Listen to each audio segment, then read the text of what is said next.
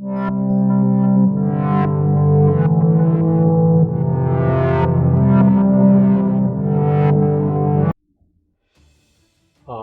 મિત્રો, તમારા બધાનું સ્વાગત છે 100 આઉટ ઓફ 100 યુટ્યુબ ચેનલ પર. આજે આપણે વાત કરવાના છીએ વિજ્ઞાનમાં, ધોરણ 10માં વિજ્ઞાનમાં ચેપ્ટર નંબર 1ની, બરાબર. ચેપ્ટર 1ની વાત કરવાના છીએ અને ઓલરેડી આની પહેલાં ચેપ્ટર નંબર 1ના મેં 2 ભાગ મૂકી દીધેલા છે. આ પાર્ટ 3 છે, ભાગ 3 છે. પહેલા ભાગમાં આપણે રાસાયણિક પ્રક્રિયાઓ અને સંતુલિત કરવાનું સમીકરણ ને એ બધીની ચર્ચા કરી હતી. બીજા ભાગમાં આપણે એના પ્રશ્નો વિશે ચર્ચા કરી હતી. આ ભાગમાં આપણે રાસાયણિક પ્રક્રિયાઓ જે છે એના પ્રકાર, કેવા પ્રશ્નો પૂછાય છે, બોર્ડમાં કેવા પ્રશ્નો પૂછાણા હતા લાસ્ટ યર અને આ વર્ષે કેવો પ્રશ્ન આવવાની સંભાવના છે એની ચર્ચા કરવાના છે. વિડીયો અંત સુધી જોતા રહેજો. અને આ પહેલાં આજે તમે પહેલો જ વિડીયો જોતા હોય તો ઓલરેડી પાર્ટ 1 અને પાર્ટ 2 પહેલાં જોઈ લો, પછી જ પાર્ટ 3 જુઓ. આ ભાગ 3 છે. તો ચલો સ્ટાર્ટ કરીએ. તો સૌપ્રથમ આપણે સ્ટાર્ટ કરીએ છીએ. તો આ ચેપ્ટરમાં રાસાયણિક પ્રક્રિયાઓ જે છે એના પ્રકારની વાતચીત કરી છે. ભાઈ રાસાયણિક પ્રક્રિયાના પ્રકાર. તો રાસાયણિક પ્રક્રિયાના પ્રકારમાં પહેલો પ્રકાર છે સંયોગીકરણ પ્રક્રિયા. નામ એવું કામ, સંયોગીકરણ, બરાબર. કોમ્બિનેશન રિએક્શન, કમ્બાઈન થવું. કોમ્બિનેશન એટલે શું? કમ્બાઈન થવું. જે બંને ભેગા થાય છે એને કહે છે કોમ્બિનેશન. બસ નામ એવું કામ છે, કોમ્બિનેશન રિએક્શન. તો એના માટે આપણે સમજીએ, એની વ્યાખ્યાને સમજવાનો પ્રયત્ન કરીએ. એની વ્યાખ્યા એવી છે, અહીંયા જે લખી છે ધ્યાન આપજો. 2 કે તેથી વધુ પદાર્થો ચાલે, તત્વો કે સંયોજનો પણ ચાલે. 2 કે તેથી વધુ પદાર્થો, 2 તો હોવા જ જોઈએ, સંયોજાઈને એક જ નિપજનું નિર્માણ કરે તે પ્રક્રિયાને સંયોગીકરણ પ્રક્રિયા કહે છે. તો સમજવાનો પ્રયત્ન કરજો કે જે પ્રક્રિયકો જે છે આને કહેવાય પ્રક્રિયકો, બરાબર. એ 2 હોવા જોઈએ અથવા 2 થી વધારે, બરાબર. 2 અથવા 2 થી વધારે હોવા જોઈએ, બરાબર છે. એટલે પ્રક્રિયકો જે છે 2 થી 2 વધારે હોવા જોઈએ અને એ બંને વચ્ચે પ્રક્રિયા થઈ તમને એક જ નિપજ મળે. કેટલી નિપજ મળે ભાઈ તમને? એક જ. તો તેને સંયોગીકરણ પ્રક્રિયા કહે છે. એટલે સિમ્પલ સરળ તમને સમજાવવામાં આવ્યું છે કે 2 કે તેથી વધુ પદાર્થો, પ્રક્રિયકો જે છે, તત્વો હોય કે સંયોજનો હોય, એ પ્રક્રિયા કરી એક જ નિપજનું નિર્માણ કરે તો તે પ્રક્રિયાને કેવી પ્રક્રિયા કહે છે? સંયોગીકરણ પ્રક્રિયા કહેવામાં આવે છે, બરાબર. તો હવે અહીંયા એક ઉદાહરણ આપ્યું છે, કાર્બન અને ઓક્સિજન. જુઓ તમે પ્રક્રિયકોમાં કાર્બન જે ઓક્સિજન છે, આ બે તત્વો છે. બંને તત્વો સંયોજાય અને શું બનાવે છે? એક પદાર્થ, એટલે કે સંયોજન બનાવે છે, જે છે કાર્બન ડાયોક્સાઇડ. એટલે 2 પ્રક્રિયકો, નિપજ કેટલી મળી છે? એક જ. તો આ પ્રક્રિયા કેવી કહેવાય? સંયોગીકરણ પ્રક્રિયા કહે છે. પાણી અને ઓક્સિજન. પાણીના 2 અણુ, ઓક્સિજનનો 1 અણુ મિશ્ર થઈ પાણીના 2 અણુ બનાવે છે. એટલે આ પ્રક્રિયામાં પ્રક્રિયકો જુઓ, 2 પ્રક્રિયકો છે, હાઇડ્રોજન અને ઓક્સિજન. 2 હાઇડ્રોજન અને 1 ઓક્સિજન. હાઇડ્રોજન અને ઓક્સિજન પ્રક્રિયા કરી શું નિપજ આપે છે? પાણી તરીકેની. નિપજ કેટલી છે? 1. સંયોજનો કેટલા છે? એટલે કે પ્રક્રિયકોમાં તત્વો અથવા સંયોજનો કેટલા છે? 2. પ્રક્રિયકો 2 અથવા 2 થી વધારે હોય, એક જ નિપજનું નિર્માણ કરે, તેને શું કહે છે? સંયોગીકરણ પ્રક્રિયા કહે છે. તો આપણે આ એની સિમ્પલ વાત જોઈ છે. હવે પ્રક્રિયાના શરૂઆતમાં જઈશું આપણે, જે તમારા ટેક્સ્ટ બુકમાં આપ્યું છે. સંયોગીકરણ પ્રક્રિયા માટે તમને એક ઉદાહરણ સમજાવવામાં આવ્યું છે અહીંયા, જે ઘણું ખાસ ઇમ્પોર્ટન્ટ છે. એ બધું છે કે એક બીકર લો. આપણે આ બીકર લઈએ, બરાબર. બીકરમાં calcium oxide, CaO, calcium oxide, બરાબર, જેને કળી ચૂનો કહે છે. શું કહે છે? કળી ચૂનો. એના સોલિડ એટલે કે ઘન ટુકડા જે છે એ નાખો બીકરમાં. અને બીજું શું નાખો? પાણી નાખો, બરાબર. તો શું થશે? કળી ચૂનાની અંદર પાણી મિશ્ર કરતા શું થશે? બસ એની વાતચીત છે. તો અહીંયા કળી ચૂનો એટલે કે કેલ્શિયમ ઓક્સાઇડ ખૂબ જ જોશથી, વિગરસલી એટલે કે ખૂબ જ ફટાફટ, ઝડપથી, બહુ વાર નહીં લગાડે, ઝડપથી પાણી સાથે પ્રક્રિયા કરી શું બનાવે છે? ફોડેલો ચૂનો એટલે કે કેલ્શિયમ હાઇડ્રોક્સાઇડ બનાવે છે. અને બીજી ખાસ વસ્તુ, પુષ્કળ પ્રમાણમાં ઉષ્મા ઉત્પન્ન કરે છે. એટલે બીકરને જો તમે અડશો, જો અહીંયા અડે જ છે એ રીતે અડશો તો બીકર ગરમ જોવા મળશે, એટલે કે અહીંયા ઉષ્મા ઉત્પન્ન થઈ રહી છે. તો સમજાવવા માટે આ જો કેમિકલ રિએક્શન્સ એટલે કે રાસાયણિક પ્રક્રિયા આપી છે, કળી ચૂનો, કેલ્શિયમ ઓક્સાઇડ, એની સાથે પાણી મિશ્ર કર્યું, તમને નિપજ તરીકે શું બન્યું છે? કેલ્શિયમ હાઇડ્રોક્સાઇડ, CaOH ટ્વાઇસ, એક્વસ એટલે કે જલીય સ્વરૂપમાં, અને બીજું શું ઉત્પન્ન થાય છે? ઉષ્મા. તો આ એક સંયોગીકરણ પ્રક્રિયાનું ઉદાહરણ છે, જેમાં કેલ્શિયમ ઓક્સાઇડ અને પાણી આ બંને પ્રક્રિયકો વચ્ચે પ્રક્રિયા થઈ એક જ નિપજનું નિર્માણ થઈ રહ્યું છે તો એને સંયોગીકરણ પ્રક્રિયા કહે છે. અને તમને ઉદાહરણ આપ્યું છે એક સિમ્પલ. હવે આ કળી ચૂનો જે છે એની સાથે બની જે ફોડેલો ચૂનો જે છે એનું શું ઉપયોગ છે, કેવી રીતે આગળની પ્રોસેસ છે એની વાત કરીએ તો અહીંયા થોડી વ્યાખ્યા પણ એક આપી દીધી છે કે કેલ્શિયમ ઓક્સાઇડ અને પાણી સંયોજનની એક જ નિપજ કેલ્શિયમ હાઇડ્રોક્સાઇડ બનાવે છે. એવી પ્રક્રિયા કે જેમાં 2 થી તેથી વધુ પ્રક્રિયકો એક જ નિપજનું નિર્માણ કરે તેને સંયોગીકરણ પ્રક્રિયા કહે છે. હવે આપણે જોઈએ આગળ. તો આ એવી પ્રક્રિયા, આ એવું લખ્યું છે ચેપ્ટરમાં કે શું તમે જાણો છો, મતલબ એક્સ્ટ્રા બોર્ડ આમાંથી પૂછે નહીં, પણ બોર્ડ કંઈ પણ પૂછી શકે છે. બરાબર, બોર્ડનું કંઈ જ નક્કી ના કહેવાય, એટલે ધ્યાન રાખજો, બધું જ આપણે કરવાનું છે. તો ફોડેલો ચૂનો શું ઉપયોગ થશે? તો ફોડેલા ચૂનાનું જે દ્રાવણ જે છે એનો ઉપયોગ દિવાલોને ધોળવા એટલે કે રંગ કરવા માટે પહેલાં થતો હતો. બરાબર, હવે આમાં થાય એવું કે જ્યારે કેલ્શિયમ હાઇડ્રોક્સાઇડનું સ્તર લાગી જાય છે દિવાલ પર ત્યારે હવા સાથે શું પ્રક્રિયા કરે છે એ જોવાની છે આપણે. તો કેલ્શિયમ હાઇડ્રોક્સાઇડ હવામાંના કાર્બન ડાયોક્સાઇડ સાથે પ્રક્રિયા કરે છે, પણ કેવી પ્રક્રિયા કરે છે જો એ લખ્યું છે કાર્બન ડાયોક્સાઇડ સાથે ધીમી પ્રક્રિયા કરે છે. એકદમ કેવી પ્રક્રિયા છે? ધીમી પ્રક્રિયા દ્વારા એ દિવાલો પર કેલ્શિયમ કાર્બોનેટ, આ યાદ રાખજો, કેલ્શિયમ કાર્બોનેટનું પાતળું સ્તર બનાવે છે. એટલે દિવાલ પર કાર્બન ડાયોક્સાઇડ સાથે પ્રક્રિયા કરી એક પાતળું સ્તર બનાવે છે જેને કહે છે કેલ્શિયમ કાર્બોનેટ. દિવાલ ધોળ્યા બાદ 2-3 દિવસ પછી કેલ્શિયમ કાર્બોનેટનું નિર્માણ થાય છે, જેથી દિવાલ પર ચમક આવી જાય છે, કેમ કે કેલ્શિયમ કાર્બોનેટ ચમકદાર છે અને એનું બીજું નામ આરસ પહાણ છે. એટલે આરસ જેવી ચમક આવી જાય છે દિવાલ પર. બરાબર, એટલે આરસ પહાણનું રાસાયણિક સૂત્ર પણ શું છે? Calcium carbonate. આરસ પહાણ જે બનેલો હોય છે એ પણ શેનાથી બનેલો હોય છે? કેલ્શિયમ કાર્બોનેટ, જે ચમકદાર છે. તો આ તો આપણે વાત કરી શબ્દોમાં. રાસાયણિક સમીકરણ કેવી રીતે આપવાનું? તો કેલ્શિયમ હાઇડ્રોક્સાઇડ CaOH2 એક્વસ જલીય સ્વરૂપમાં કોની સાથે પ્રક્રિયા કરે છે? વાયુ કાર્બન ડાયોક્સાઇડ સાથે. શું ફોર્મ કરે છે એટલે કે શું બનાવે છે નિપજ તરીકે? Calcium carbonate. અને પાણી ઉત્પન્ન થઈ રહ્યું છે. એક જ નિપજ નથી નિર્માણ થઈ રહી અહીંયા, એટલે અહીંયા એવું લોકો એવું કીધું જ નથી આ સંયોગીકરણ પ્રક્રિયા છે, પણ પહેલી સંયોગીકરણ પ્રક્રિયા હતી. પણ આગળ તમને કેલ્શિયમ હાઇડ્રોક્સાઇડનું શું થાય છે એના વિશે આ લોકોએ ચર્ચા કરેલ છે. તો હવે આપણે આગળ જોઈએ. ઓલરેડી આ તમને મેં સમજાવી દીધેલું છે. હવે આ સિવાય જે ઇમ્પોર્ટન્ટ વસ્તુ જે છે એ છે ઉષ્મા ઉત્પન્ન થાય. બરોબર, હવે ધ્યાન રાખજો, ખાસ બીજી એક વ્યાખ્યા આવી છે જે મોસ્ટ ઇમ્પોર્ટન્ટ છે. વધુ માત્રામાં ઉષ્મા ઉત્પન્ન થઈ છે તે પ્રક્રિયા મિશ્રણને શું કરે છે? ગરમ. એટલે આ પ્રક્રિયામાં ઉષ્મા ઉત્પન્ન થાય. ઉષ્મા ઉત્પન્ન થાય એટલે પદાર્થ કેવું થઈ જાય? સંયોજન કેવું થઈ જાય? ગરમ થઈ જાય. તો એવી પ્રક્રિયાઓ, વ્યાખ્યા યાદ રાખજો, એવી પ્રક્રિયાઓ કે જેમાં નિપજોની નિર્માણ થાય. પ્રક્રિયા થાય, એમાં નિપજનું નિર્માણ થાય અને સાથે સાથે ઉષ્મા ઉત્પન્ન થાય. ધ્યાન રાખજો, શું લખ્યું છે? નિર્માણની સાથે સાથે ઉષ્મા ઉત્પન્ન અથવા મુક્ત થાય છે, તો તેને શું કહે છે? ઉષ્માશ્રેપક રાસાયણિક પ્રક્રિયા કહે છે. ઉષ્મા જો મુક્ત થતી હોય તો તેવી પ્રક્રિયાને આપણે કેવી પ્રક્રિયા કહીશું?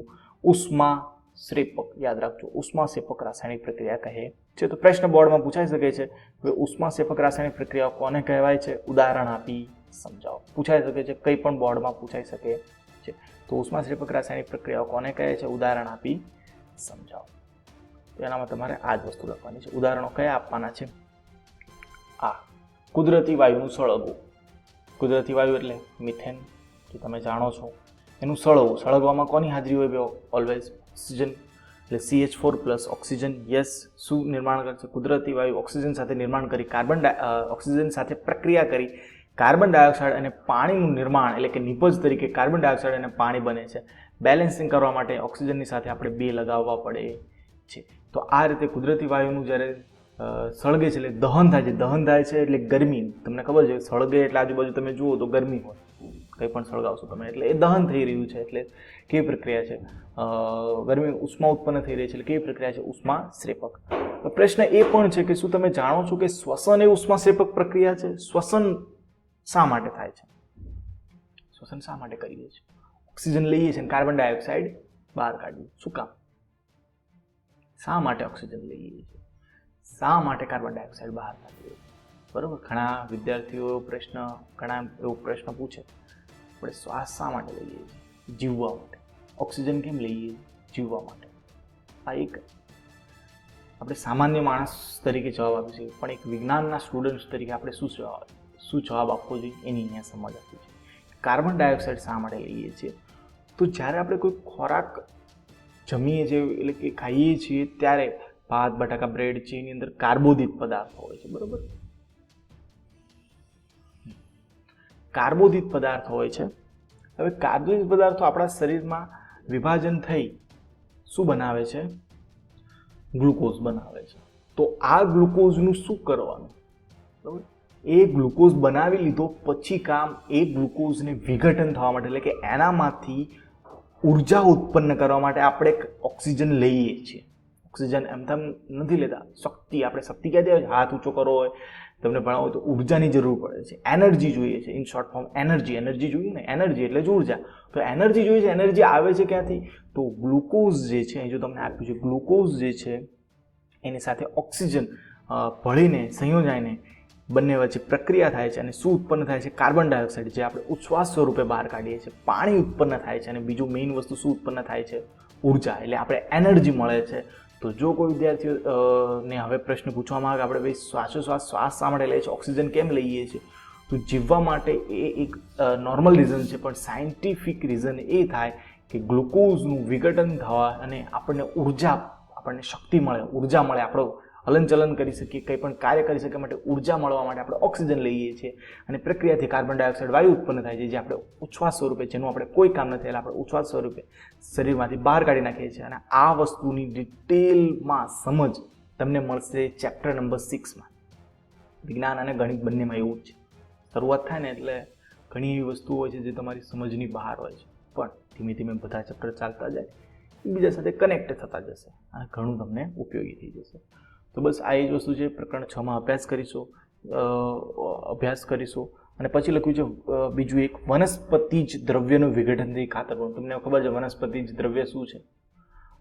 વનસ્પતિ કોઈ મૃત્યુ પામી ગયો અથવા પર્ણ, પાંદડા, થડ, આ બધી વસ્તુ એમાંથી ખાતર બનવું. ખાતર બને છે ત્યારે એની અંદર ગરમી ઉત્પન્ન થાય છે, એટલે કે ઉષ્મા ઉત્પન્ન થાય છે. એટલે ઉષ્મા ક્ષેપક પ્રક્રિયાનું ઉદાહરણ છે. એટલે વનસ્પતિ જ દ્રવ્યનું વિઘટન થઈ જાય છે અને વિઘટન થઈને જ્યારે ખાતર બને છે ત્યારે એ પ્રક્રિયા જે છે ઉષ્મા ક્ષેપક પ્રક્રિયા છે. તો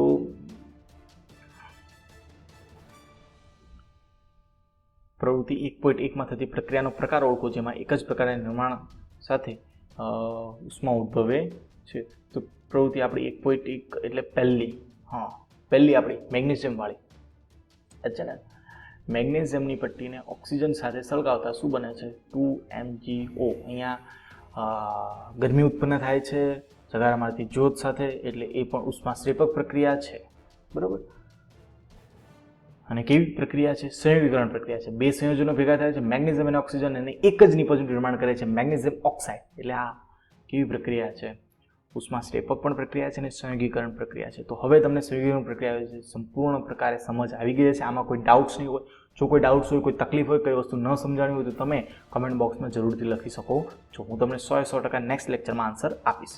અહીંયા કે પદાર્થ એક્સનું દ્રાવણ, બરાબર, ધોળવા માટે વપરાય છે. તો એનો જવાબ કેલ્શિયમ હાઇડ્રોક્સાઇડ નહીં આવે. કોનું દ્રાવણ? કળી ચૂનાનું દ્રાવણ આપણે બનાવ્યું હતું ને, તો શું આવશે? પદાર્થ એક્સનું નામ શું આવશે? કળી ચૂનો, એટલે કે CaO, અને તેનું નામ આપો તો એનું નામ છે કેલ્શિયમ ઓક્સાઇડ અથવા કળી ચૂનો છે. સૂત્ર શું છે? Calcium oxide.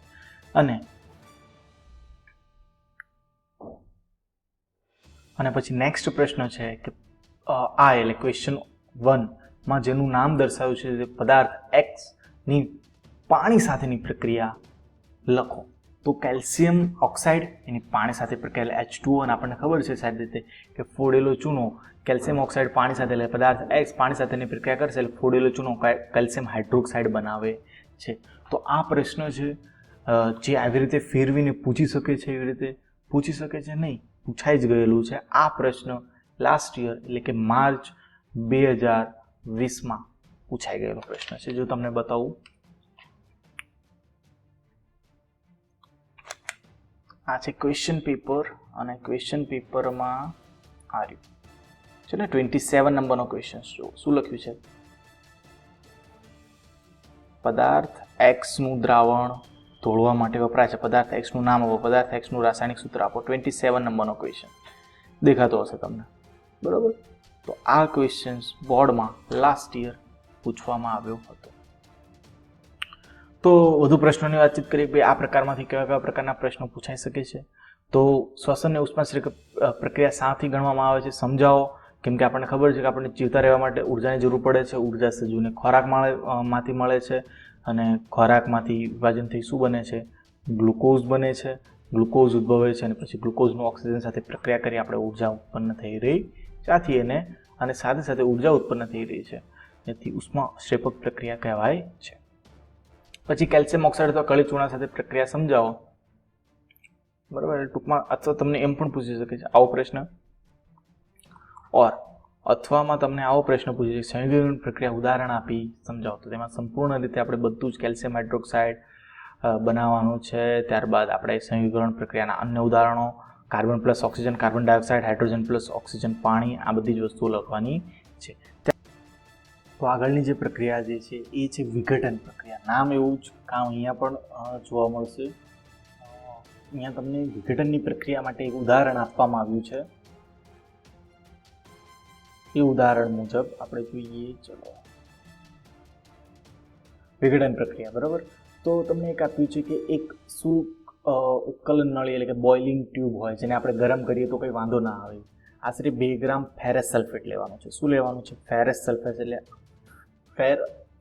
ફેરિક, ફેરિયસ બધી નામ આવે છે એટલે આયન આવતું હોય, સલ્ફેટ. બરાબર, અને એને તમારે શું કરવાનું છે? ગરમ કરવાનું છે. ઉત્કલન નળીને બર્નર અથવા સ્પિરિટ લેમ્પની જ્યોતથી ગરમ કર્યો અને ફેરસ સલ્ફેટના સ્ફટિકનું રંગનું અવલોકન કરો એવું તમને અહીંયા કીધું છે. ચર્ચા જે છે આપણા માટે એ મહત્વની એ છે અહીંયા કે આ જે ઘટના જે અહીંયા ઘટી રહી છે કે જેમાં વિઘટન થઈ રહ્યું છે એટલે ફેરસ સલ્ફેટ જેમાં પ્રક્રિયક 1 છે. પ્રક્રિયક 1 છે એનું વિઘટન થઈને 2 અથવા 2 થી વધુ નિપજો મળી રહી છે. જુઓ અહીંયા ફેરસ સલ્ફેટને ઉષ્મા આપતા ફેરિક ઓક્સાઇડ બની જાય છે. સલ્ફર ડાયોક્સાઇડ અને સલ્ફર ટ્રાયોક્સાઇડ આ રીતે બને છે. બરાબર, હવે જોઈએ અહીંયા તો પ્રશ્ન અહીંયા પણ લખ્યું છે. તમે નોંધ્યું કે ફેરસ સલ્ફેટના સ્ફટિકનો લીલો રંગ બદલાયો છે. સલ્ફરના બળવાથી ઉદ્ભવતી લાક્ષણિક વાસ પણ તમે સૂંઘી શકો છો. તો અહીંયા ફેરસ સલ્ફેટ છે. ડિટેલમાં જોઈએ તો ફેરસ સલ્ફેટનો રંગ જે છે એ લીલા રંગનો હોય છે, ગ્રીન, લાઇટ ગ્રીન કલર હોય છે. ત્યારબાદ જ્યારે તમે એને ઉષ્મા સાથે ગરમ કરો છો તો તે વ્હાઇટ કલરમાં થોડું ટ્રાન્સફર થાય છે અને ત્યારબાદ જ્યારે ફેરિક ઓક્સાઇડ બને છે ત્યારે બ્રાઉન કલર એટલે ભૂરા રંગ સુધી જાય છે. બરાબર, આપણે એને નોર્મલી બ્રાઉન કલર આપણે કહી શકીએ છીએ. એના માટે આગળ લખ્યું છે. જો આ પ્રક્રિયામાં તમે જોઈ શકો છો કે એક જ પ્રક્રિયક તૂટી, આ ખાસ યાદ રાખજો, વિઘટન પ્રક્રિયામાં એક જ પ્રક્રિયક તૂટી વધુ સરળ નિપજો આપે છે. તો આ પ્રક્રિયા કેવી પ્રક્રિયા છે ભાઈ? વિઘટન પ્રક્રિયા છે. એટલે ફેરસ સલ્ફેટ એ પાણી સાથે જલીય સ્વરૂપમાં હોય છે આ રીતે. બરાબર, ફેરસ સલ્ફેટનો અંદર 7 પાણી નાનું સ્ફટિકને ગરમ કરતા તેમાંથી પાણી કેવું થઈ જાય? ગરમ કરો એટલે પાણી થઈ જાય દૂધ, કેમ કે પાણી તરત જ દૂધ અને સ્ફટિકનો રંગ બદલાઈ જાય છે. ઉપરાંત તે ફેરિક ઓક્સાઇડ, સલ્ફર ડાયોક્સાઇડ અને ટ્રાયોક્સાઇડમાં વિઘટિત થાય છે. ફેરિક ઓક્સાઇડ ઘન છે જ્યારે SO2 અને SO3 શું છે? એટલે ફેરસ જે તમને અહીંયા આપ્યું છે ફેરસ સલ્ફેટ, એને તમે ગરમ કરો છો પાણી દૂર થાય છે અને ફેરિક ઓક્સાઇડ Fe2O3 બને છે તથા ખાસ સલ્ફર ડાયોક્સાઇડ અને ટ્રાયોક્સાઇડ બને છે જે વાયુઓ છે જે હવામાં ઉડી જાય છે. બરાબર, હવે આટલી વસ્તુ તમે જોઈ જ લીધી હશે. હવે કેલ્શિયમ કાર્બોનેટ એક બીજું ઉદાહરણ પણ આપ્યું છે. કેલ્શિયમ કાર્બોનેટ આપણે બનતા જોયું હતું આગળ. બરાબર, કેલ્શિયમ કાર્બોનેટનું ઉષ્મા આપવાથી કેલ્શિયમ ઓક્સાઇડ અને કાર્બન ડાયોક્સાઇડમાં થતું વિઘટન વિવિધ ઉદ્યોગોમાં ઉપયોગમાં લેવાતી એક અગત્યની વિઘટન પ્રક્રિયા છે. વિઘટન અહીંયા ફરીથી તમને દેખાડવામાં આવ્યું છે. ચૂનાનો જે પથ્થર જે છે ને આપણે કેલ્શિયમ કાર્બોનેટ જેને આરસ પાણ કહીએ છીએ એને ગરમી આપવામાં આવે, એને ઉષ્મા આપવામાં આવે, એને બાળવામાં આવે. જ્યારે એને ઉષ્મા આપવામાં આવે છે ત્યારે તેનું વિઘટન થઈ જાય છે. અમુક પ્રક્રિયાઓ હોય છે, તમે એને ઉષ્મા આપો છો, ગરમી આપો છો, તમે એને સળગાવવાનો પ્રયત્ન કરો છો તો એ વિઘટન થઈ જાય છે અને વિઘટન થઈને પાછા આપણને 2 સ્વરૂપ મળી જાય છે, કાર્બન ઓક્સાઇડ અને કાર્બન ડાયોક્સાઇડ. બંને અલગ અલગ થઈ જાય છે. તો કેલ્શિયમ કાર્બોનેટને ઉષ્મા આપવાથી કેલ્શિયમ ઓક્સાઇડ અને કાર્બન ડાયોક્સાઇડમાં રૂપાંતર થઈ જાય છે. અને જ્યારે અહીં ખાસ યાદ રાખજો શું લખ્યું છે? કેલ્શિયમ ઓક્સાઇડનો ચૂનો અથવા કળી ચૂનો કહે છે. તે અનેક રીતે ઉપયોગી છે. સિમેન્ટ બનાવવા માટે પણ કેલ્શિયમ ઓક્સાઇડ ઉપયોગી છે.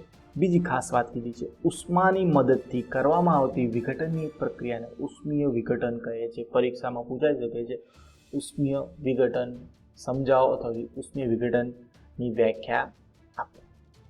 તો ઉષ્માની મદદથી જે વિઘટન પ્રક્રિયા કરવામાં આવે, જે વિઘટન પ્રક્રિયા તો થાય જ, પણ ઉષ્માની મદદથી કરવામાં આવે, ઉર્જા ઉષ્માનો ઉપયોગ કરવામાં આવે તેને ઉષ્મીય વિઘટન પ્રક્રિયા કહે છે. હવે આગળ જોઈએ. આગળ તમને બીજું એક ઉદાહરણ આપ્યું છે કે ભાઈ લેડ નાઇટ્રેટ છે. ઉત્કલન નળીમાં 2 ગ્રામ લેડ નાઇટ્રેટ પાવડર લો અને હોલ્ડર વડે પકડી ગરમ કરો. શું તમને અવલોકન દેખાય છે? તો અવલોકન આ પ્રકારે દેખાય છે કે લેડ નાઇટ્રેટ અહીંયા આપ્યું છે, જો એનું અણુસૂત્ર કે આપણે ઓલરેડી જોઈ લીધેલું છે, PbNO3 ટ્વાઇસ. એને તમે ઉષ્મા આપી ગરમ કરો છો ત્યારે શું થાય છે? ત્યારે લેડ ઓક્સાઇડ, નાઇટ્રોજન દૂર થઈ જાય છે અને ઓક્સાઇડ જ રહે છે. Lead oxide, nitrogen dioxide NO2 અને બીજો વધારાનો ઓક્સિજન ગેસ સ્વરૂપે, આ બંને ગેસ સ્વરૂપે છે એટલે કે વાયુ સ્વરૂપે છે, ઉત્પન્ન થાય છે. તો શું આ પ્રક્રિયામાં થાય છે? કથ્થઈ રંગનો ધુમાડો ઉત્પન્ન થતો દેખાશે. આ ધુમાડો શું છે? કથ્થઈ રંગનો જે ધુમાડો છે એ છે નાઇટ્રોજન ડાયોક્સાઇડ છે. બરાબર. આ પ્રક્રિયા નીચે પ્રમાણે થાય છે, જે તમને એના રાસાયણિક સમીકરણ સ્વરૂપે દર્શાવ્યું છે. ભાઈ લીડ નાઇટ્રેટ, લીડ એટલે Pb, નાઇટ્રેટ એટલે NO3. બરાબર. અને ટ્વાઇસ કેમ રાખવામાં આવે છે? કેમ કે તમને ખબર જ છે કે લીડ અને નાઇટ્રેટની સંયોજકતા લાસ્ટ લેક્ચરમાં સમજાવી હતી. ઉષ્મા, ગરમી આપવામાં આવી, તમે એને ગરમ કરો છો, જો બર્નર વડે તમે એને લેડ નાઇટ્રેટને ગરમ કરો છો તો શું મળે છે? લેડ ઓક્સાઇડ બને છે PbO, નાઇટ્રોજન ડાયોક્સાઇડ બને છે અને ઓક્સિજન. આ બધી પ્રક્રિયાઓ યાદ રાખવાની છે. પરીક્ષામાં કંઈ પણ પૂછાઈ શકે છે કે જેવી રીતે પેલું કેલ્શિયમ ઓક્સાઇડ વાળું જે પદાર્થ એક્સનું નામ છે એમાં આમાં પણ પૂછાઈ શકે છે. લેડ નાઇટ્રેટને ગરમ કરતા પદાર્થ એક્સ તથા નાઇટ્રોજન ડાયોક્સાઇડ અને ઓક્સિજન ઉત્પન્ન થાય છે. તો પદાર્થ એક્સનું નામ આપો, એનું રાસાયણિક સૂત્ર આપો.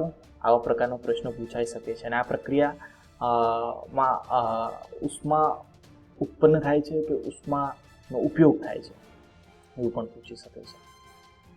ત્યારબાદ હવે વિઘટન પ્રક્રિયાઓને સમજવા માટે તમને ટેક્સ્ટબુકમાં બીજી પ્રવૃત્તિ આપી છે. એ પ્રવૃત્તિને અહીંયા પ્રશ્ન સ્વરૂપે રજૂ કરી છે. તો પ્રશ્ન એવો છે કે પાણીના વિદ્યુત વિભાજનની વિઘટન પ્રક્રિયા ઉદાહરણ આપી સમજાવો. બરાબર. તો અહીંયા શું છે? જે રીતે તમને આપ્યું છે એ રીતે આપણે લેવાનું કીધું છે. પ્લાસ્ટિકનો કપ એક બીકર લઈ તેના તળિયે 2 છિદ્રો કરવા અને બંને છિદ્રોમાં રબરના બુચ લગાવો.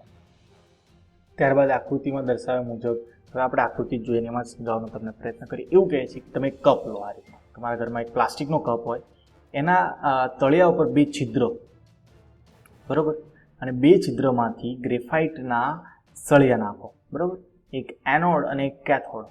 બરાબર. એનોડ કેથોડ, નેગેટિવ પોઝિટિવ અને બેટરી સાથે જોડવું કેવી રીતે, આ બધું ચેપ્ટર નંબર 12માં ડિટેલમાં આવશે. એટલે એની ચર્ચા માટે અહીંયા કોઈ ટેન્શન લેવાની કોઈ જાતની જરૂર છે જ નહીં.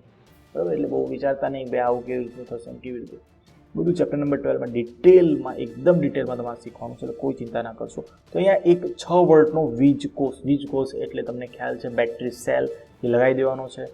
પોઝિટિવ સાથે પોઝિટિવ, નેગેટિવ સાથે નેગેટિવ આપણે જોડી દઈશું. ગ્રેફાઇટનો સળિયો છે અને અહીંયા સ્વિચ આપવામાં આવી છે જેથી કરીને આપણે સ્વિચ પાડી શકીએ છીએ. તો હવે બીજું શું રાખવાનું છે? આ જે સળિયા જે છે ડૂબી જાય એટલું પાણી ભરી દો અને પાણીની અંદર મંદ સલ્ફ્યુરિક એસિડના થોડા ટીપા નાખી દેવાના છે. મંદ સલ્ફ્યુરિક એસિડ એટલે H2SO4 એના થોડાક ટીપા નાખી દેવાના છે. અને ત્યારબાદ શું કરવાનું છે? ત્યારબાદ આ સ્વિચ ઓન કરી દેવાની છે. અને હા, એ પહેલાં કસનળી પણ ટાંકવાની છે. આ જે ગ્રેફાઇટના સળિયા છે ને એના ઉપર એક અહીંયા કસનળી, અહીંયા એક બીજી કસનળી, આવી 2 કસનળી ગોઠવો. બરાબર. અને પછી વીજ કોષને એટલે કે આ સ્વિચ ચાલુ કરી દો એટલે વિદ્યુત પ્રવાહ પસાર થાય છે. અને શાબ્દિક સ્વરૂપમાં અહીંયા લખેલ છે રબરના બુચના કાર્બનના વિદ્યુત ધ્રુવો એટલે કાર્બન ગ્રેફાઇટ વિદ્યુત ધ્રુવોને 6 વોલ્ટ વિદ્યુત કોષ એટલે કે બેટરી સાથે જોડો. વિદ્યુત ધ્રુવ કપમાં ડૂબે તે રીતે પાણી ભરવામાં આવે છે અને પાણીમાં મંદ સલ્ફ્યુરિક એસિડના થોડા ટીપા ઉમેરો. ત્યારબાદ પાણીથી ભરેલી 2 કસનળી લો, તેને કાર્બનના 2 વિદ્યુત ધ્રુવો પર ઊંધી ગોઠવો. બરાબર. હવે વિદ્યુત પ્રવાહ ચાલુ કરી પાણીથી ભરેલી કસનળી લેવાની છે જેથી કરીને ઓક્સિજનના પરપોટા આપણે જે છે એ આપણે જોઈ શકીએ. ખલેલ પહોંચાડ્યા વગર મૂકી રાખવામાં આવે છે. બરાબર. તો હવે અવલોકન જોઈએ શું થશે. તો ધ્યાન રાખજો, અહીંયા પાણીનું જે છે વિઘટન પ્રકારનું એક પ્રક્રિયા છે જેને આપણે વિસ્થાપન પ્રક્રિયા પણ કહીએ છીએ. બંને કસનળીમાં પાણીનું વિસ્થાપન થવાથી પાણીનું વિસ્થાપન જગ્યા પોતાની કરી દે છે. પાણીનું વિસ્થાપન એક બાજુ હાઇડ્રોજન બીજી બાજુ ઓક્સિજન થાય છે. બંને વિદ્યુત ધ્રુવો પર પરપોટા જોવા મળે છે. બરોબર, નીચે મુજબ પ્રક્રિયા થાય છે. પાણી વિદ્યુત વિભાજન પ્રક્રિયા. આ કઈ પ્રક્રિયા છે? તમને કીધું હતું બે તીર હોય, તીર અને બરોબર ને એની ઉપર જે પ્રક્રિયા સૂર્યપ્રકાશની હાજરીમાં થતું હતું સૂર્યપ્રકાશ લખવું, વિદ્યુત વિભાજન પ્રક્રિયા થાય છે એટલે વિદ્યુત વિભાજન લખીશું. હાઇડ્રોજન અને ઓક્સિજન, હાઇડ્રોજન અને ઓક્સિજનનો એક અડધો અણુ આ રીતે ઉત્પન્ન થાય છે. બંને કસનળીમાં એકઠા થયેલા વાયુનું કદ કેવું હોય છે? લગભગ સમાન હોય છે. આમ જ્યારે બંને કસનળીમાં પૂરતા પ્રમાણમાં વાયુ ભરાઈ જાય એટલે એને બહાર કાઢવામાં આવે. બહાર મીણબત્તી નજીક લઈ જાઓ કસનળીને, મીણબત્તી નજીક લઈ જાઓ એટલે ઓક્સિજન વાયુ સળગે છે, હાઇડ્રોજન વાયુ પણ સળગે છે એટલે આપણને ખબર પડી જાય કે આ સળગતો વાયુ છે હાઇડ્રોજન કે ઓક્સિજન છે. કસનળીના મુખ ઉપર સળગતી મીણબત્તી લાવી વાયુની પરખ કરવામાં આવે છે. જ્યારે બંને કસનળીમાં વાયુને સળગાવીને પરખ કરવામાં આવે છે ત્યારે તે સળગે છે એટલે પાણીમાં દહનશીલ, પાણીમાંથી ઉદ્ભવતા આ બંને દહનશીલ અને દહનશીલ હાઇડ્રોજન અને ઓક્સિજન વાયુઓ છે. એટલે કે એક જ કસનળીમાં હાઇડ્રોજન અને બીજી કસનળીમાં ઓક્સિજન વાયુ હાજર હોય છે. એકમાં હાઇડ્રોજન વાયુ હાજર હોય છે, બીજામાં ઓક્સિજન વાયુ. આથી કહી શકાય પાણીના વિદ્યુત વિભાજન એ તેનું વિઘટન હાઇડ્રોજન અને ઓક્સિજન વાયુમાં થાય છે. એટલે આ પ્રક્રિયા કેવી છે? વિઘટન પ્રક્રિયા છે. પરીક્ષામાં તમને પૂછાઈ શકે છે આ રીતે. પાણીના વિદ્યુત વિભાજનની વિઘટન પ્રક્રિયા, પાણીના વિદ્યુત વિભાજનની મદદથી વિઘટનની પ્રક્રિયા ઉદાહરણ આપી સમજાવેલા. ઉદાહરણ પાડી ગયું છે જેમાં તમે પહેલા એની આકૃતિ દોરો છો, આકૃતિની સમજ આપો છો, અવલોકન આપો છો અને છેલ્લે એનું તારણ આપો છો. અને તારણ એ જ છે કે પાણી વિદ્યુત વિભાજન તેનું વિઘટન હાઇડ્રોજન અને ઓક્સિજન વાયુમાં થાય છે. હવે આગળ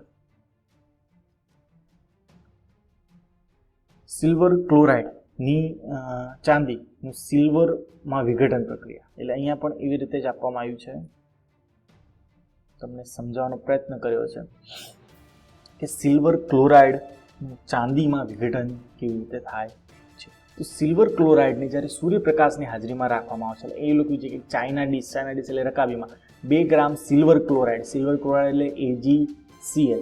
સિલ્વર ક્લોરાઇડ એ સફેદ રંગનો પાવડર છે, યાદ રાખજો. AgCl સિલ્વર ક્લોરાઇડ સફેદ રંગનો પાવડર છે. થોડી વાર માટે ચાઇના ડીશને સૂર્યપ્રકાશમાં મૂકો. થોડા સમય પછી સિલ્વર ક્લોરાઇડના રંગનું અવલોકન કરો. તો અવલોકન આપણે જોઈ લઈએ. અવલોકન શું થઈ રહ્યું છે?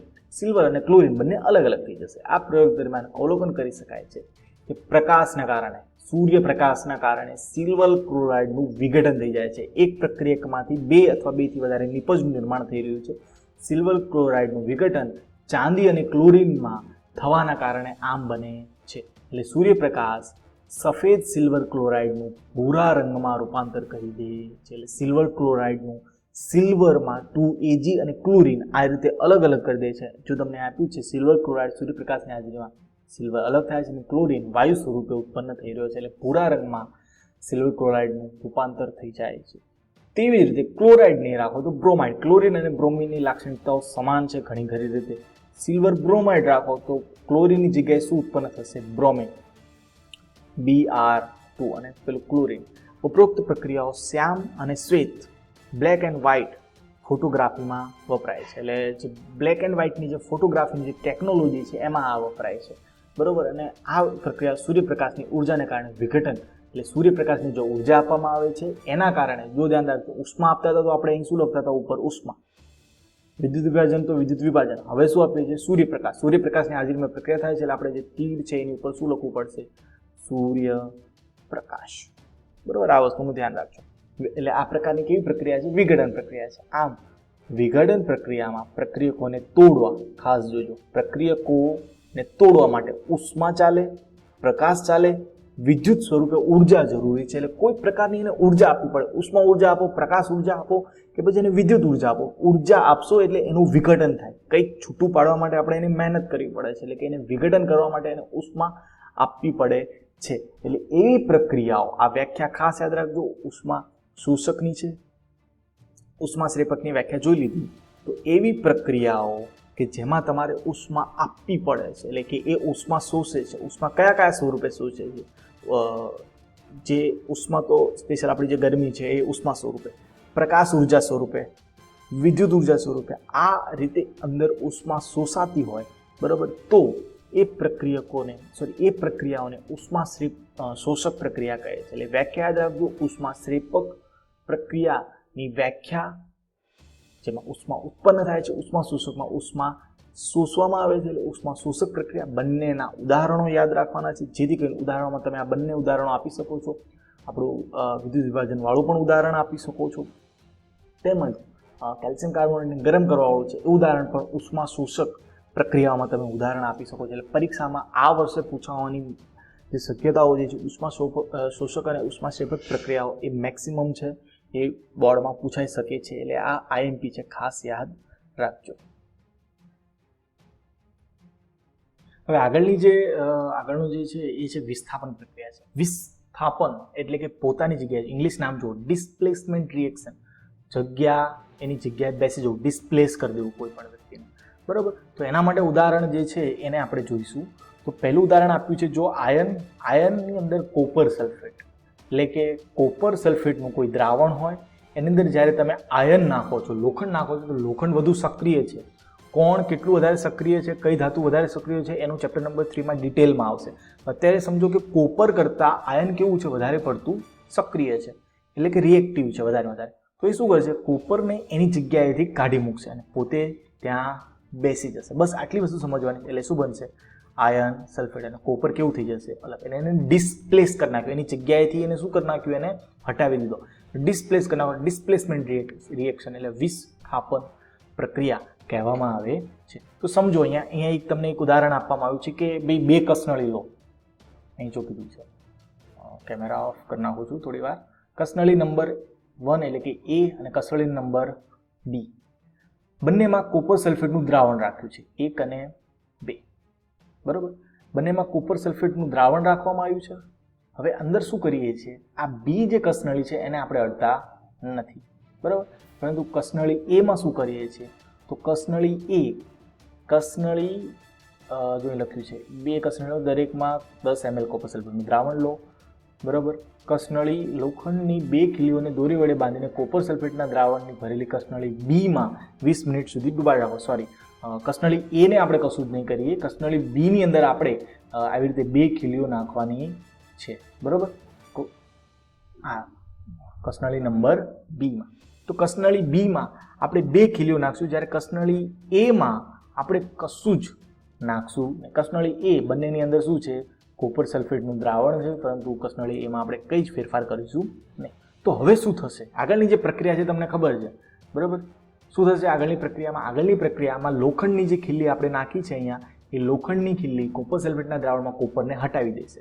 તો શું થશે એના કારણે, પહેલાં જુઓ આ રંગ કેવો હતો, ભૂરો રંગ એટલે કે બ્લુ કલરનો હતો, બરાબર. પણ આગળ જતાં એ બ્લુ કલરનો રંગ આછો થઈ જશે, એટલે ગ્રીનિશ બ્લુ કલરનો થઈ જશે.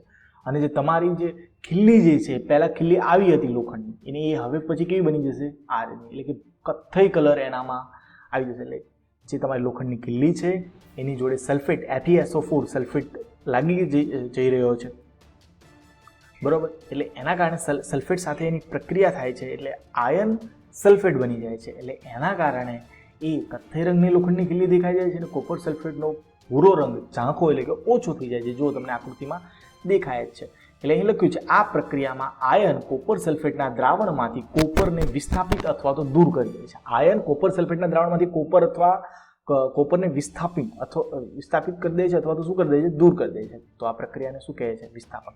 સમજો ખાસ. કોઈ તકલીફ હોય તો કોમેન્ટમાં જરૂરથી લખજો, આપણે ફરીથી સમજાવશું. આ વિસ્થાપન પ્રક્રિયા છે, જેમાં એક જગ્યાએથી બીજી જગ્યાએ એ પોતાનું વિસ્થાપન એટલે કે એક તત્વ બીજા તત્વનું વિસ્થાપન એટલે કે ડિસ્પ્લેસ કરી નાખે છે. તો તમને ખ્યાલ આવી ગયો હશે. હવે બીજા અમુક ઉદાહરણો જોઈ લઈએ છીએ.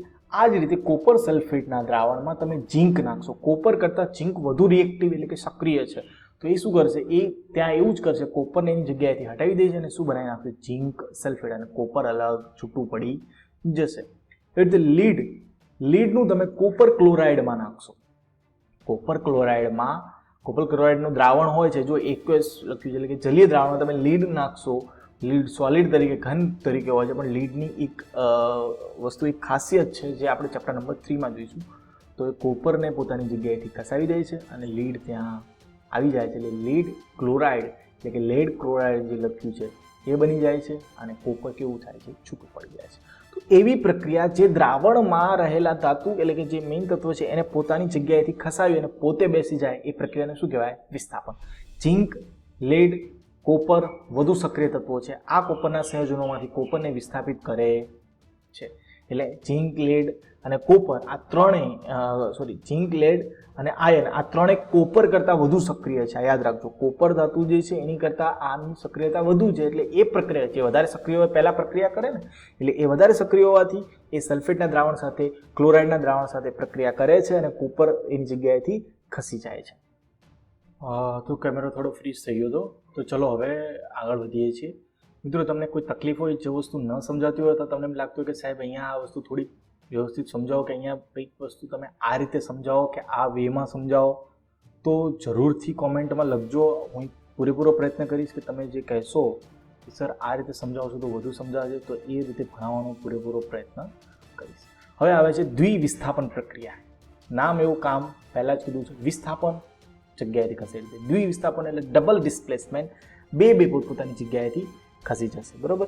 તો અહીંયા જે વાતચીત કરવામાં આવી છે એ છે કે સોડિયમ સલ્ફેટ, એક ઉદાહરણ આપ્યું છે, સોડિયમ સલ્ફેટ અને બેરિયમ ક્લોરાઇડ આ બંનેના દ્રાવણો બંને જલીય છે. સોડિયમ સલ્ફેટ અને બેરિયમ ક્લોરાઇડને વચ્ચે જો પ્રક્રિયા કરવામાં આવે છે તો બેરિયમ સોડિયમને પોતાના સ્થાનેથી હટાવી દેશે અને સોડિયમ એ બેરિયમને પોતાના સ્થાનથી હટાવી દેશે. એટલે કે સોડિયમ અહીંયા આવી જશે, બેરિયમ એટલે કે બંને પોતપોતાની જગ્યાઓ રિવર્સ એટલે કે પોતાની જગ્યાઓ એક્સચેન્જ કરી લે છે. જેમ ટ્રેનમાં સામે બેઠા હોય, તમે મારી બાજુ બેસી જાઓ, હું તમારી જગ્યાએ બેસી જાઉં, એ રીતે જ્યારે પ્રક્રિયા થાય તો એને ડબલ ડિસ્પ્લેસમેન્ટ દ્વિવિસ્થાપન કહે છે. એટલે અહીંયા બની ગયું બેરિયમ સલ્ફેટ અને અહીંયા બની ગયું સોડિયમ ક્લોરાઇડ. બાકી તમને ખબર જ છે કે બેરિયમ જે છે એ 2+ છે, સલ્ફેટ જે છે એ 2- છે, +2 એટલે અહીંયા તમારે ટ્વાઇસ કે એવું લખવું પડશે ને. એવી રીતે સોડિયમ +1 છે, ક્લોરીન -1 છે.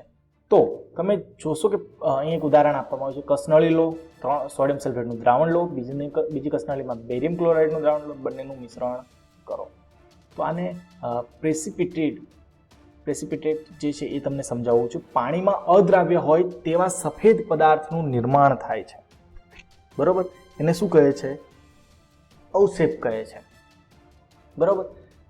અવક્ષેપ યાદ રાખજો શું છે. પાણી હોય, અહીં તમને એક સમજાવું છું. આ ધારો કે કોઈ બીકર છે, એમાં પાણી છે. બરાબર.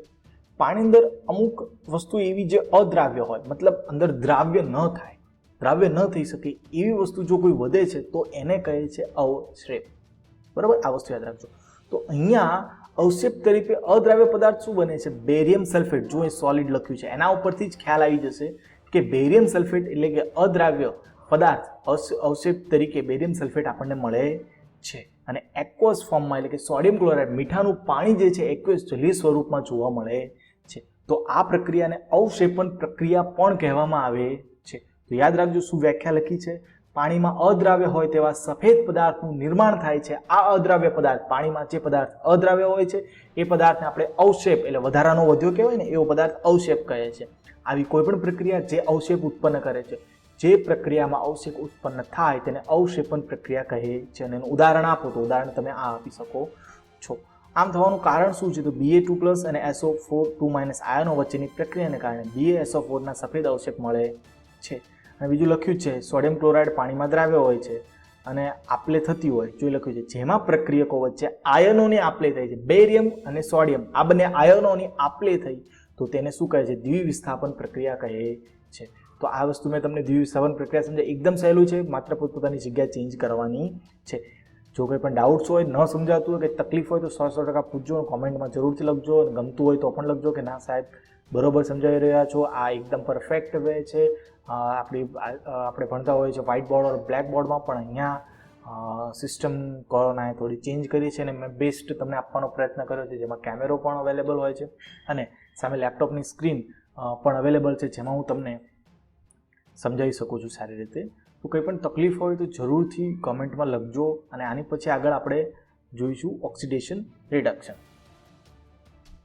હવે આગળનો ટોપિક જોઈએ તો આગળનો ટોપિક જે છે એ છે તમારો ઓક્સિડેશન રિડક્શન. બરાબર. તો આગળનો જે ટોપિક છે એ છે તમારો ઓક્સિડેશન રિડક્શન. બરાબર. ગુજરાતીમાં પણ એમ જ લખાય છે ઓક્સિડેશન રિડક્શન. રિડક્શન. તો આ જે પ્રક્રિયા જે છે ઓક્સિડેશન રિડક્શન પ્રક્રિયાઓ એને તમારે સમજવાની છે. તો આ જે પ્રોસેસ છે, આ જે પ્રક્રિયા જે છે એ રેડોક્સ પ્રક્રિયા તરીકે ઓળખાય છે. રેડોક્સ જે છે એમાં રેડ જે છે એનો મતલબ થાય રિડક્શન અને ઓક્સ જે છે એનો મતલબ થાય ઓક્સિડેશન. હવે રિડક્શન અને ઓક્સિડેશન પ્રક્રિયાઓ છે શું અને આની વ્યાખ્યા શું છે? તો ઓક્સિડેશન ક્યારે થયું કહેવાય? સાંભળજો ખાસ. ઓક્સિડેશન ક્યારે થયું કહેવાય? જ્યારે ઓક્સિજન ઉમેરાય, બરાબર, ઓક્સિજન ઉમેરાય અથવા તો ઓર, સાંભળજો ખાસ, ઓર હાઇડ્રોજન જે છે એ કેવું થાય? માઇનસ થાય, એટલે કે દૂર થાય. હાઇડ્રોજન દૂર થાય અથવા છૂટો પડે. હાઇડ્રોજન છૂટો પડતો હોય એવી કોઈ પ્રક્રિયા હોય જેમાં હાઇડ્રોજન છૂટો પડતો, હાઇડ્રોજન દૂર થતો, અથવા એવી પ્રક્રિયા હોય જેમાં ઓક્સિજન ઉમેરાતો હોય તેવી પ્રક્રિયાને ઓક્સિડેશન પ્રક્રિયા કહેવાય છે. જેમ કે આપણે ઉદાહરણ જોયું હતું Mg+O2 gives MgO. ચેપ્ટરના સ્ટાર્ટિંગમાં જ આપણે જોયું હતું, બેલેન્સિંગ કરી નાખીએ એટલે અહીંયા બે લાગી જશે, બરોબર. તો આ જે પ્રક્રિયા છે એમાં મેગ્નેશિયમ ઓક્સિજન મેળવે છે, એટલે કે એમાં એક ઓક્સિજન ઉમેરાય છે, મેળવે છે. તો એ પ્રક્રિયામાં Mg જે છે એટલે કે મેગ્નેશિયમ જે છે એનું શું થયું કહેવાય? ઓક્સિડેશન થયું કહેવાય. હવે રિડક્શન. રિડક્શન એટલે શું? રિડક્શન આનાથી એકદમ ઊંધું, કે ઓક્સિજન જે છે એ દૂર થાય અથવા છૂટો પડે. ઓક્સિજન છૂટો પડે અને હાઇડ્રોજન કેવો થાય? ઉમેરાય, બરોબર. એટલે એવી પ્રક્રિયા જેમાં હાઇડ્રોજનનો ઉમેરો થતો હોય અથવા તો ઓક્સિજન દૂર થતો હોય, એની પાસે કોઈ ઓક્સિજન હોય અને ઓક્સિજન દૂર થઈ જતો હોય, તો એ જે કોઈ પણ સંયોજન છે એનું રિડક્શન થયું કહેવાય. આ એની બેઝિક ડિટેલ છે, બેઝિક વ્યાખ્યા છે. તમારે માત્ર આટલી વસ્તુ યાદ રાખવાની છે. ઓક્સિડેશન એટલે ઓક્સિજન ઉમેરાય અથવા તો હાઇડ્રોજન દૂર થાય. રિડક્શન એટલે ઓક્સિજન દૂર થાય તો હાઇડ્રોજન ઉમેરાય છે, બરોબર. હવે એને આપણે સમજશું.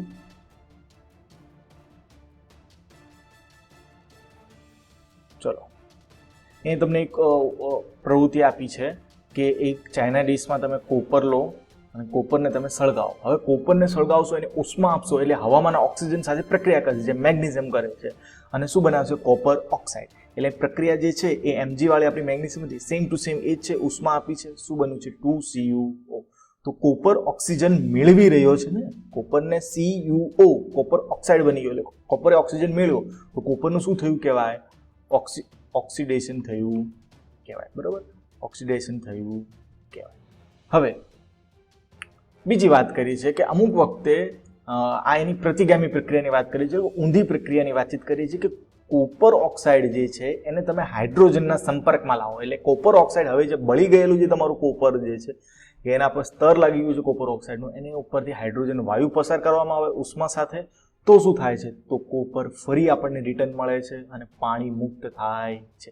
તો આ પ્રક્રિયામાં તમે ખાસ વસ્તુ જુઓ, કોપર ઓક્સાઇડ પાસે ઓક્સિજન હતો અને ઓક્સિજન હવે કેવો થયો છે? દૂર થયો છે ને. એની પાસે પહેલા ઓક્સિજન હતો પણ હવે ઓક્સિજન, જુઓ અહીંયા ઓક્સિજન હવે છે નહીં, તો ઓક્સિજન દૂર થયું એટલે કોપર ઓક્સાઇડનું શું થયું કહેવાય? રિડક્શન. યાદ રાખજો. હવે હાઇડ્રોજનની વાત કરીએ. હાઇડ્રોજન પાસે ઓક્સિજન છે ના, હાઇડ્રોજન ઓક્સિજન મેળવે છે, H2O થઈ ગયું. એટલે જ્યારે પ્રક્રિયકો, આ વાત પ્રક્રિયકોની જ છે, પ્રક્રિયકો મેળવે ગુમાવે એ જ જોવાનું છે, નિપજની વાત નથી. પ્રક્રિયકોમાં હાઇડ્રોજન ઓક્સિજન મેળવે છે, તો હાઇડ્રોજનનું શું થયું કહેવાય? ઓક્સિડેશન થયું કહેવાય, બરોબર છે? સમજાવું છું, ખ્યાલ આવે છે? હાઇડ્રોજનનું ઓક્સિડેશન થયું કહેવાય અને કોપર ઓક્સાઇડનું શું થયું કહેવાય? રિડક્શન. હવે આપણે એને સમજીએ, જે લખ્યું છે પ્રમાણે. જો આ ગરમ કરેલા પદાર્થ પરથી હાઇડ્રોજન વાયુ પસાર કરવામાં આવે તો પ્રતિગામી ઊંધી પ્રક્રિયા થવાના કારણે સપાટી પરના કાળા રંગનું આવરણ કથ્થઈ રંગમાં ફેરવાય છે અને કોપર મળે છે. કોપરનો રંગ જે છે એ કથ્થઈ રંગનો હોય છે અને અહીં જે લખ્યું છે કોપર ઓક્સાઇડ એટલે કાળા રંગનું એક કોપર ઓક્સાઇડનું પડ જામી જાય છે. એટલે કોપર શું છે એ તમને સમજી લો. પહેલા તમારા ઘરમાં કોઈ પણ વાયર તો હશે જ, બરોબર? આ વાયર હોય, એની અંદર નાના વાયર્સ હોય અથવા એક વાયર જતો હોય, બરોબર? વાયરિંગ આપણે જે ઇલેક્ટ્રિકલ વાયર્સ છે લાલ લીલા રંગના હોય છે, એની અંદર એક કથ્થઈ રંગનો વાયર હોય છે. એ વાયર જે છે એ કોપરનો બને. હવે તમે એને સળગાવો એટલે કાળા પડતા રંગનો થઈ જાય, એટલે કે કાળા રંગનું એક સ્તર એના ઉપર જામી જાય છે, બરોબર? ને રિટર્ન જ્યારે તમે હાઇડ્રોજન વાયુ પસાર કરો છો તો કાળા રંગનું સ્તર કેમાં ફેરવાઈ જાય છે? પાછું રિટર્ન બેક ટુ ધ કથ્થઈ રંગ. કથ્થર રંગમાં ફેરવાઈ જાય છે અને આપણને કોપર રિટર્ન મળે છે. તો આ પ્રક્રિયા દરમિયાન ઓક્સિજન મેળવે તો તેનું ઓક્સિડેશન થયું અને ઓક્સિજન ગુમાવે તો તેનું રિડક્શન થયું છે તેમ કહેવાય. એટલે આ યાદ રાખજો, બરોબર. એટલે હવે અહીંયા થોડુંક ડિટેલમાં એ લોકોએ સમજાવ્યું છે કે ભાઈ અહીંયા કોપર ઓક્સાઇડ ઓક્સિજન ગુમાવે છે એટલે એનું શું થયું છે? રિડક્શન. હાઇડ્રોજન જે છે એ ઓક્સિજન મેળવે છે, ઉષ્મા સાથે પ્રક્રિયા કરે છે, તો એનું શું થયું કહેવાય? ઓક્સિડેશન થયું કહેવાય, બરાબર. આ વસ્તુ ધ્યાન રાખજો. હવે ચલો, કોપર ઓક્સાઇડ ઓક્સિજન ગુમાવી રહ્યો છે, કોપર ઓક્સાઇડ ઓક્સિજન ગુમાવી રહ્યો છે એટલે રિડક્શન થયું કહેવાય. હાઇડ્રોજન ઓક્સિજન મેળવી રહ્યો છે એટલે ઓક્સિડેશન થયું કહેવાય. એટલે આ બંને પ્રક્રિયા એક સાથે થાય છે. એટલે જ્યારે કોઈ એવી પ્રોસેસ થાય જેમાં બંને પ્રક્રિયા એક સાથે થાય, એટલે કે બીજા શબ્દોમાં કહીએ તો એક પ્રક્રિયા ઓક્સિડેશન, એક પ્રક્રિયાનું ઓક્સિડેશન થાય, સમય બીજા પ્રક્રિયાનું શું થાય? રિડક્શન. એટલે એવી પ્રક્રિયાઓને કેવી પ્રક્રિયા કહેવામાં આવે છે? ઓક્સિડેશન રિડક્શન પ્રક્રિયા, અથવા તો એનું શોર્ટ ફોર્મ રેડોક્સ. રેડોક્સ પ્રક્રિયાઓની આ વ્યાખ્યા છે, જેમાં એક પ્રક્રિયાનું ઓક્સિડેશન થાય છે, બીજા પ્રક્રિયાનું રિડક્શન થાય છે. તો આ પ્રક્રિયાઓને શું કહેવાય છે? રેડોક્સ પ્રક્રિયા કહેવાય છે. ખ્યાલ આવે છે બધાને? હું જે સમજાવું છું ન સમજ પડતી હોય તો કોમેન્ટમાં જરૂરથી લખજો. ફરીથી આ ટોપિક ઉપર કે આમાંના જે આઈએમપી પ્રશ્નો છે એના પર ધ્યાન રાખજો કે આ જે ટોપિક છે oxidation reduction very most IMP છે. આ વખતે બોર્ડમાં પૂછવાની શક્યતા રહેલી છે. ઓક્સિડેશન રિડક્શન હંમેશા બોર્ડનો એક સારો એવો ટોપિક છે પૂછવા માટે, એટલે આ બોર્ડમાં આવી શકે એમ છે. 3 માર્ક્સનો ક્વેશ્ચન છે. હવે અન્ય ઉદાહરણો આપ્યા છે. Zinc oxide. ઝિંક ઓક્સાઇડમાંથી શું થઈ ગયું? ઝિંક ઓક્સિજન ગુમાવે છે. ઓક્સિજન ગુમાવે એટલે શું થયું કહેવાય? રિડક્શન. કાર્બનનું કાર્બન મોનોક્સાઇડ ઓક્સિજન મેળવે છે તો શું થયું કહેવાય? ઓક્સિડેશન, બરોબર. તો આમાં તમને એક પ્રશ્ન પૂછું કે ભાઈ ઝિંક ઓક્સાઇડમાં આ જે પ્રોસેસ જે છે, આખી પ્રક્રિયા જે છે, એમાં કોનું ઓક્સિડેશન થયું કહેવાય અને કોનું રિડક્શન થયું કહેવાય, બરોબર. સ્ક્રીન પર જુઓ.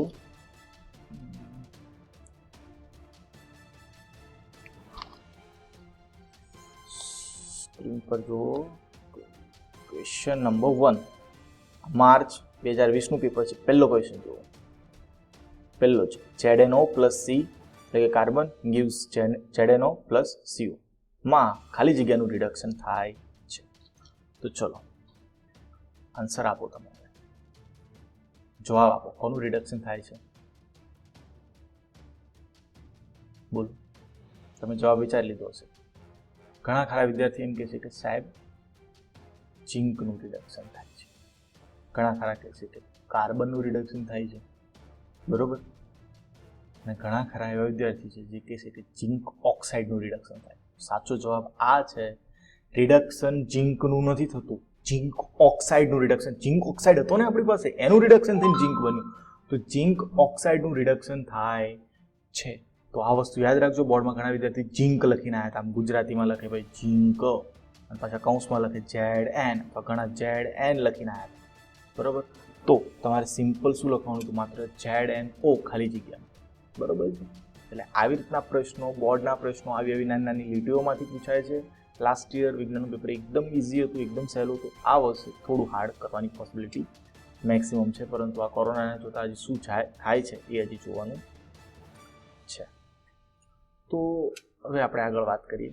બીજું ઉદાહરણ વાત કરી લઈએ. તમને ખ્યાલ આવી ગયો છે કે ઝિંક ઓક્સાઇડનું રિડક્શન થાય છે, કાર્બનનું ઓક્સિડેશન થાય છે, બરાબર. અહીં રિડક્શન માટે રેડ અને ઓક્સિડેશન માટે OXI અથવા OX લખીશ.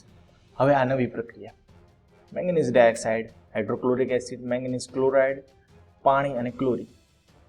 ચલો, જોતા એવું લાગી રહ્યું છે કે મેંગેનીઝ ઓક્સાઇડમાં ઓક્સિજન જે છે નીકળી જાય છે, એની જગ્યાએ કોણ આવી જાય છે? ક્લોરીન.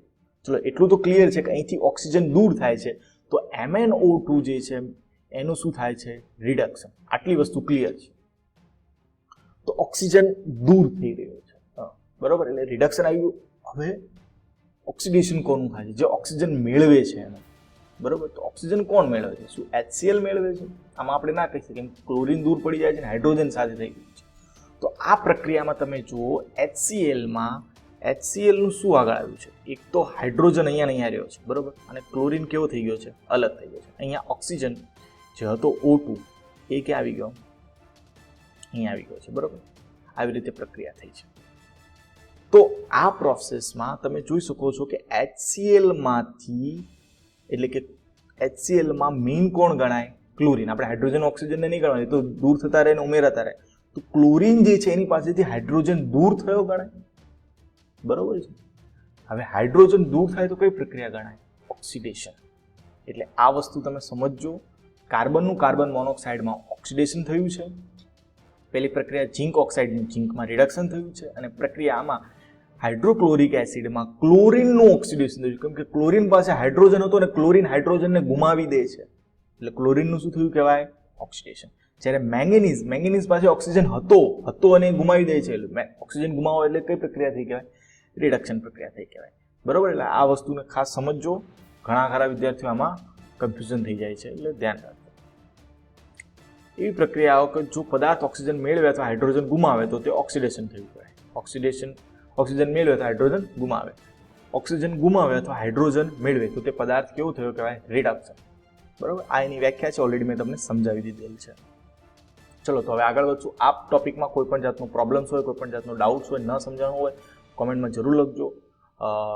આમાંથી કેવા કેવા પ્રકારના પ્રશ્નો પૂછાય છે એની મેં આ MP લિસ્ટ નીચે મૂકી દઈશ. ઉપરાંત બધા જ પ્રશ્નોની પણ એક PDF ફાઇલ મૂકી દઈશ, અને જેમ જેમ થોડો સમય જશે એ પ્રમાણે આ ચેપ્ટરમાંથી IMP કયા પ્રશ્નો છે અને આ ચેપ્ટરનું રિવિઝનનો એક વિડીયો પણ મૂકી દઈશ. તો થોડા ઘણા ડાઉટ્સ હશે તો ત્યાં પણ ક્લિયર થઈ જશે, બરોબર. ચલો હવે મોસ્ટ ઓફ તો જે IMP જે છે આ ચેપ્ટર્સમાં, બરોબર, એ તો કમ્પ્લીટ થઈ જ ગયું છે. હવે અમુક પ્રશ્નો તથા થોડા જે લાસ્ટ 2 ટોપિક છે એના વિશે આપણે ચર્ચા કરી લઈએ, બરોબર. તો શ્રારણ, કોરોઝન, આ તો ઓલરેડી તમે 9મા ધોરણથી જાણો છો, અને પહેલાં પણ આવતું હતું કે લોખંડની વસ્તુ કે કોઈ ચળકાટવાળી ધાતુ હોય, એ ધાતુ ઉપર કાટ લાગી જવો, કટાઈ જવો, એનો રંગ બદલાઈ જવો, એના પર કોઈ સ્તર લાગી જવું, તો આ બધી પ્રક્રિયાને શ્રારણ કહે છે, બરોબર. તમને શું લખ્યું છે? લોખંડની નવી વસ્તુઓ ચળકાટવાળી હોય છે, કેટલાક સમય બાદ તેના પર લાળાશ પડતા કથ્થઈ રંગના પાવડરનું આવરણ જામી જાય છે. તો એને સામાન્ય રીતે આપણે શું કહીએ છીએ? લોખંડનું કટાવું કહીએ છીએ. કેટલીક અન્ય ધાતુઓ આ જ પદ્ધતિથી ઝાંખી પડે છે, જેમ કે તાંબુ એટલે આપણું કોપર, ચાંદી ની સપાટી પરના સ્તરનો રંગ નોંધ્યો છે, જ્યારે ધાતુ પર તેની આસપાસના પદાર્થો કોણ આવે? ભેજ, એસિડ વડે હુમલો થાય છે, એટલે ભેજ લાગે, એસિડ લાગે, કોઈ એવા વાયુની અસર થાય છે ત્યારે તેનું શ્રયન થયું કહેવાય છે, એટલે એને શું કહેવાય? શ્રારણ. એ શ્રારણ થાય કેમ કે એની સાથે પ્રક્રિયા કરી લે છે. જે આયન જે છે એ હવામાનના ઓક્સિજન સાથે અથવા ભેજ સાથે એ પ્રક્રિયા કરી લે છે, અને એનું શ્રારણ, શ્રયન થઈ જાય છે, એટલે થોડું ખવાઈ જાય, કટાઈ જાય, આપણે એમ કહી શકીએ છીએ. તો આ પ્રક્રિયાને શું કહે છે? શ્રારણ. ચાંદી પર લાગતું કાળા રંગનું સ્તર અને તાંબા પર લાગતું લીલા રંગનું સ્તર શ્રારણના અન્ય ઉદાહરણો છે. શ્રારણને કારણે મોટરકારના ભાગો, પુલ, લોખંડના પાટા, જહાજ તેમજ જેટલી પણ લોખંડની વસ્તુ હોય બધાને નુકસાન થાય છે, કેમ કે અંદર લોખંડ જે છે એનું શ્રારણ થતું હોય છે, શ્રયન થતું હોય છે, ધીમે ધીમે કટાઈ જતું હોય છે, ધીમે ધીમે ઓછું થઈ જતું હોય છે, જે ગંભીર સમસ્યા છે, બરાબર. અને એને નુકસાની પામેલા લોખંડને બદલવામાં ઘણો મોટો ખર્ચ થાય છે. અને ચેપ્ટર 3માં આના વિશે થોડું ડિટેલમાં છે. આ તો માત્ર તમારા માટે એક ઇન્ફોર્મેશન છે. ચેપ્ટર 3માં આના વિશે બહુ ડિટેલમાં આપ્યું છે, કેવી રીતે થાય છે, કયા અને એને રોકવા માટે શું કરવું જોઈએ, બરાબર. આગળનો ટોપિક ખોરું થવું. ખોરાક જે છે લાંબા સમયથી આપણે મૂકી રાખેલો ચરબીયુક્ત તેલી ખોરાકનો સ્વાદ બદલાઈ જાય અથવા વાસ આવતી હોય છે, બરાબર. ઘણો ખરો આપણે પૂરી મૂકી હોય કે કોઈ પણ એવી ઘરની વસ્તુઓ હોય છે જે આપણે સબ્જી બનાવી તો પણ 2-3 દિવસ થઈ ગયા હોય, અમુક વખત ભૂલી ગયા હોય, ફ્રીજમાં જ પડી હોય. કોઈ પણ એવી વસ્તુ જે છે સાંજે તમે બહાર મૂકી રાખી હોય, ફ્રીજમાં મૂકવાનું ભૂલી ગયા અને સવારે એનામાંથી કોઈ વાસ આવી જતી હોય છે કે એને તમે ખાઓ તો થોડું ખોરાપણું, થોડું સ્વાદ બદલાયેલો લાગે છે, બસ એની વાતચીત છે.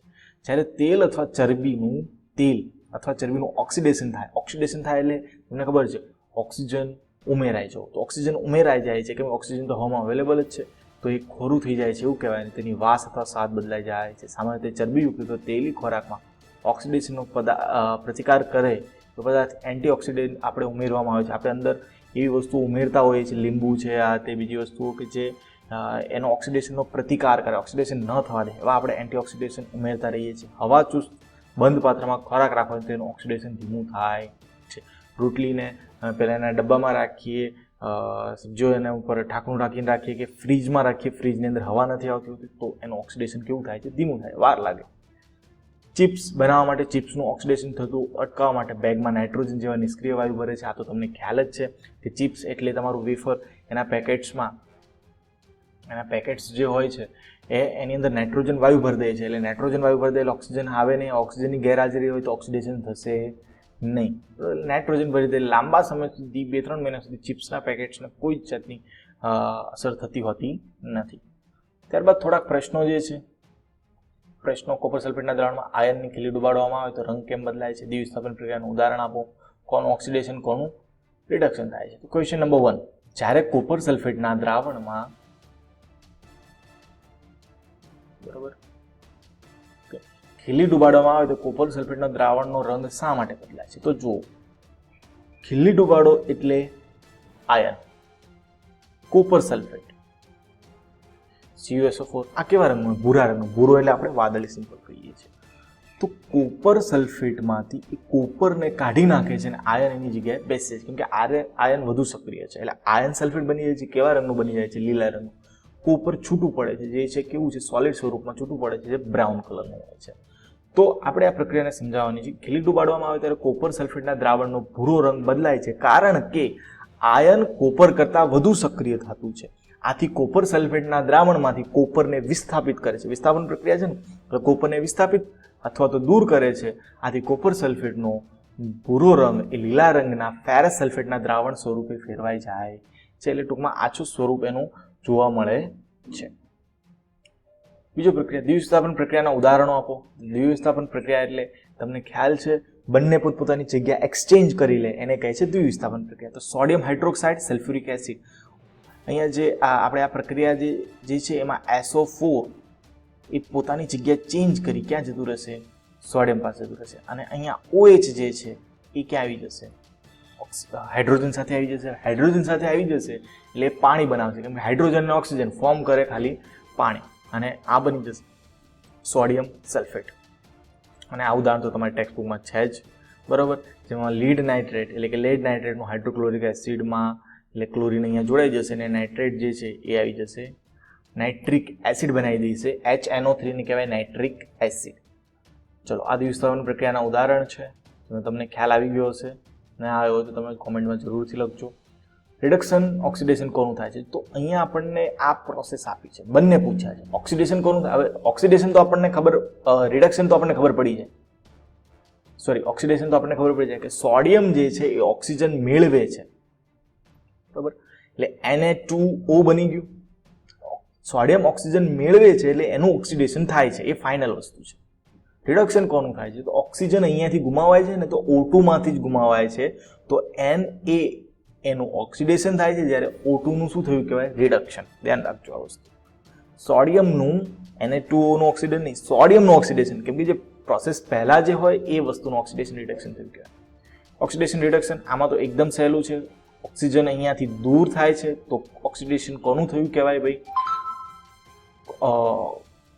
કોપર ઓક્સાઇડનું રિડક્શન થયું, ઓક્સિજન ગુમાવે છે, આથી કોપર ઓક્સાઇડનું શું થયું કહેવાય? રિડક્શન થયું કહેવાય. હાઇડ્રોજન જે છે એ ઓક્સિજન મેળવે છે એટલે એનું શું થયું કહેવાય? ઓક્સિડેશન થયું કહેવાય. એટલે કોપર ઓક્સાઇડનું રિડક્શન, હાઇડ્રોજનનું ઓક્સિડેશન થયું કહી શકાય, બરોબર છે.